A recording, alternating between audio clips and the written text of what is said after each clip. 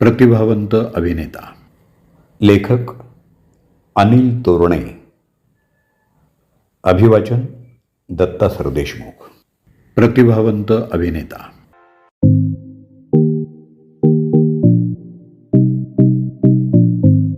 नशिबाचे खेळच वेगळे असतात. माणसाला बनायचं काही असतं आणि नशीब त्याला काही वेगळंच बनवतं. एकापेक्षा एक सरस भूमिका करणारे आपल्या चित्रपटसृष्टीतले असेच एक प्रसिद्ध कलावंत. त्यांना गायनाची अतिशय आवड होती आणि कुंदनलाल सहगल, के. एल. सहगल यांच्यासारखा गायक बनण्याचं स्वप्न त्यांनी उराशी बाळगलं होतं. मात्र ते गायक न बनता चित्रपट अभिनेते बनले. या प्रख्यात कलावंताचं नाव आहे सैयदना इफ्तेखार अहमद शरीफ उर्फ इफ्तेखार. विविध भूमिका करणाऱ्या इफ्तेखार यांनी एकदा एका चित्रपटात पोलीस अधिकाऱ्याची भूमिका काय केली आणि त्यांच्यावर पोलीसवाला हा शिक्का बसला आणि मग त्यांना पोलीस निरीक्षक, पोलीस उपआयुक्त, पोलीस आयुक्त आणि पोलीस महानिरीक्षक याच भूमिका वारंवार कराव्या लागल्या. श्रोतेहो, इफ्तेखार यांचा जन्म 22 फेब्रुवारी 1920 या दिवशी पंजाबमधल्या जलंधर शहरात झाला. त्यांचे पिता कानपूरमधल्या एका कंपनीत काम करत असल्यामुळं त्यांचं बालपण कानपूरमध्ये गेलं. मॅट्रिक झाल्यावर त्यांनी लखनौ कॉलेज ऑफ आर्ट्समधून चित्रकलेची पदविका संपादन केली. इफ्तेखार यांना गायनाची अतिशय आवड होती, म्हणून आताच्या भातखंडे म्युझिक अकॅडमी म्हणून ओळखल्या जाणाऱ्या त्या काळातल्या मॅरिस म्युझिक कॉलेजमध्ये त्यांनी संगीताचं शिक्षण घेतलं. सहगल यांच्यासारखेच प्रसिद्ध गायक होण्याचं स्वप्न होतं. ते उराशी बाळगूनच वयाच्या अवघ्या 20व्या वर्षी ते कोलकात्याला आले. आल्यावर ते HMV कंपनीत आवाजाची चाचणी देण्यासाठी गेले. संगीतकार कमल दासगुप्ता यांनी त्यांची चाचणी घेतली. कमल दासगुप्ता यांनी 1942 साली IMP प्रोडक्शनच्या जवाब या चित्रपटाला संगीत दिलं होतं. इफ्तेखार यांचं नशीब बलवत्तर होतं.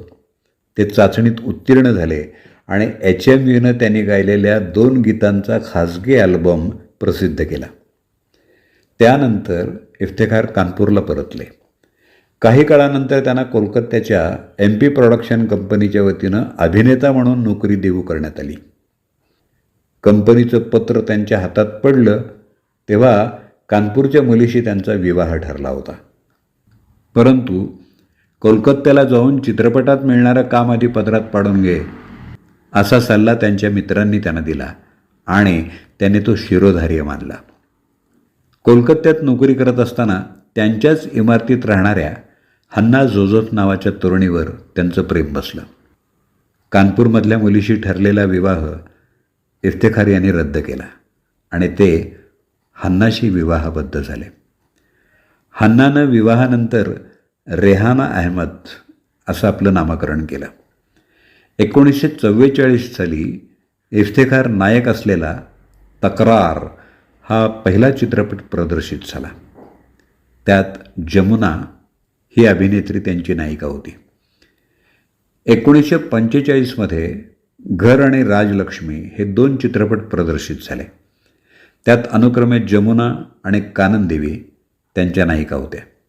1947 साली देशाची फाळणी झाल्यावर इफ्तेखार यांचे कुटुंबीय आणि नातलग भारत सोडून पाकिस्तानात गेले, पण इफ्तेखार भारतातच राहिले. मात्र हिंसाचार सुरू झाल्यामुळं ते कोलकाता सोडून मुंबईला आले. मुंबईत पुन्हा एकदा कामाचा शोध सुरू झाला. त्याचवेळी बॉम्बे टॉकीजमध्ये त्यांची अभिनेते अशोक कुमार यांच्याशी भेट झाली.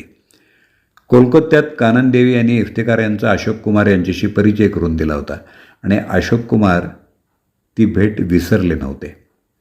म्हणून अशोक कुमार यांनी 1950 साली प्रदर्शित झालेल्या मुकद्दर या चित्रपटात इफ्तेखार यांना एक महत्त्वपूर्ण भूमिका द्यायला लावली आणि त्यांचा चित्रपट प्रवास सुरू झाला. त्यानंतर बिराज बहू, मिर्झा गालिब, देवदास, बंदिनी या चित्रपटांसह इतरही काही चित्रपटांमध्ये त्यांनी लहान मोठ्या भूमिका केल्या. पण त्यांना खरी ओळख 1969 साली प्रदर्शित झालेल्या BR फिल्म्सच्या इत्तेफाक या चित्रपटामुळे मिळाली. या चित्रपटात त्याने केलेली पोलीस निरीक्षकाची व्यक्तिरेखा प्रेक्षकांच्या पसंतीला उतरली. पण त्यानंतर पोलीस निरीक्षक, पोलीस उपायुक्त, पोलीस आयुक्त आणि पोलीस महानिरीक्षक या भूमिकाच त्यांना वारंवार कराव्या लागल्या. श्रोते हो, 1970 ते 1980 या 10 वर्षांमध्ये इफ्तेखार यांना घवघवीत यश मिळालं.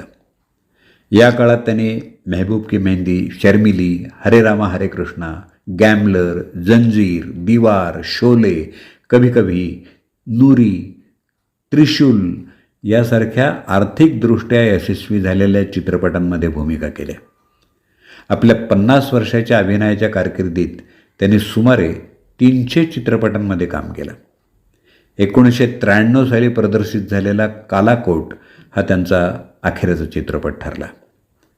त्यांचा जीवनक्रम सुखानं सुरू असताना 7 फेब्रुवारी 1995 या दिवशी त्यांच्या धाकट्या कन्येचं अचानक निधन झालं आणि याचा त्यांना मोठा मानसिक धक्का बसला.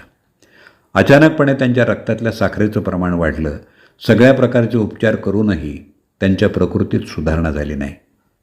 आपल्या कन्येच्या निधनानंतर 25 दिवसांनी म्हणजे 4 मार्च 1995 या दिवशी मुंबईत या अभिजात अभिनेत्याचं दुःखद निधन झालं.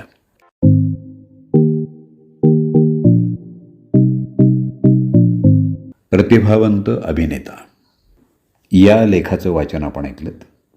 लेखक अनिल तोरणे, तळेगाव दाभाडे. त्यांचा मोबाईल नंबर 9226160654. अभिवाचन दत्ता सरदेशमुख. 8329730186.